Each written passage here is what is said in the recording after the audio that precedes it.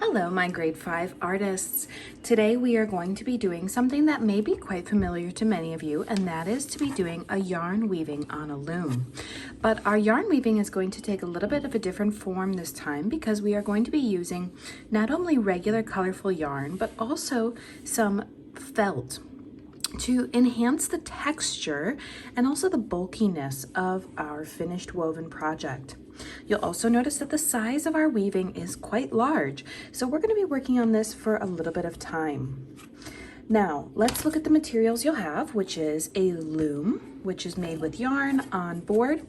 And please go ahead and find a place where you can write your name, class, and number using either pencil or permanent marker on the back. You'll also have at your table baskets a large bundle of yarn, and you'll notice it has a rubber band on it to keep the yarn from getting tangled. To take a piece of yarn, all you need to do is select the color and then pull it out from the bundle from where the rubber band is keeping it connected. We are going to start our project by tying on a double knot on the end string of our loom. Let's quickly review this, as I know many of you will be familiar with how to tie a double knot. Go ahead and have your long string, but then put the short end over top of the long end, creating a circle, tucking under and through before pulling tight. And again, going through the circle to pull tight for a double knot. Now for our weaving, because we have an even number of strings on our loom, we are always going to be able to start by going underneath the second string, creating that A-B overlapping pattern. Normally when we are doing weaving, we weave away from our body. So I've gone under the second string, over, under, over, under, over, under, until I get to the other side. Use your fingers to flick the string underneath the waft strings of your loom until you get to the side where you can then pull your string across. Now our strings that we're using are about long enough where you can do 2 passes across before you need to tie on another string. So I'm going to do again underneath the second string, and you'll notice I've turned my loom so that I'm weaving away from my body, so it also makes sense that I'm going under my second string.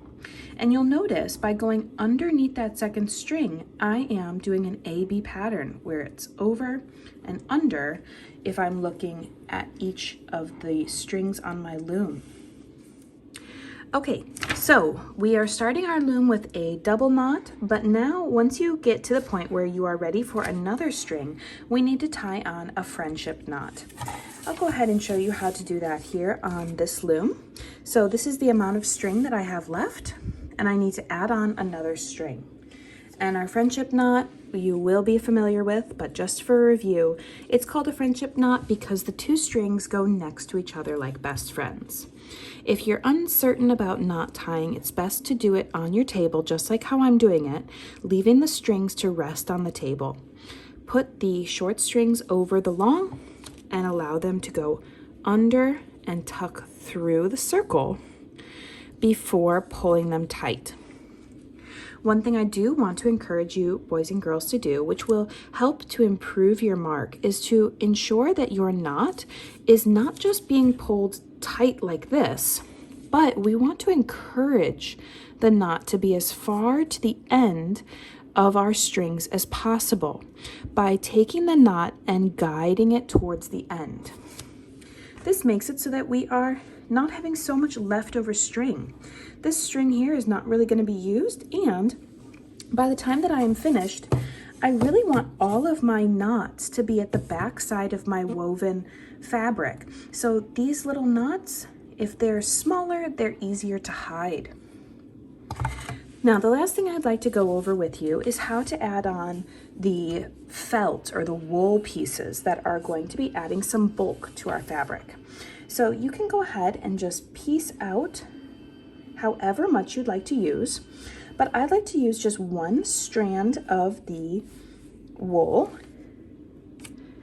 And if you'd like, you can use scissors to snip it to be the right length. but you're going to go ahead and look at where you were doing the last line of string and then do the opposite. So I'm going to make sure it goes underneath the second string, and then go ahead and pick up your strings on your loom to guide that wool underneath. This is again adding some bulk to your woven pattern, meaning it will finish a little bit faster, but also it adds some texture and a little bit of variation of color. So now that I have gone ahead and put on that, I can use my scissors and snip off these extra ends, or I can tuck them going back the opposite direction to kind of hide those ends a little bit. Now I can take my string and continue my pattern, which will then secure that wool down onto my woven mat. Okay, grade 5s. So your job is to try and get your woven pattern all the way to the top, including in the wool, making sure that you're doing a consistent pattern, but also definitely try to keep your woven fabric as even on the edges as you can. Mine is starting to get a little pulled too tight here, but I know that if you pull gently enough, going back and forth, you'll be able to maintain the width of your woven pattern as well. Okay, boys and girls, you are welcome to get started.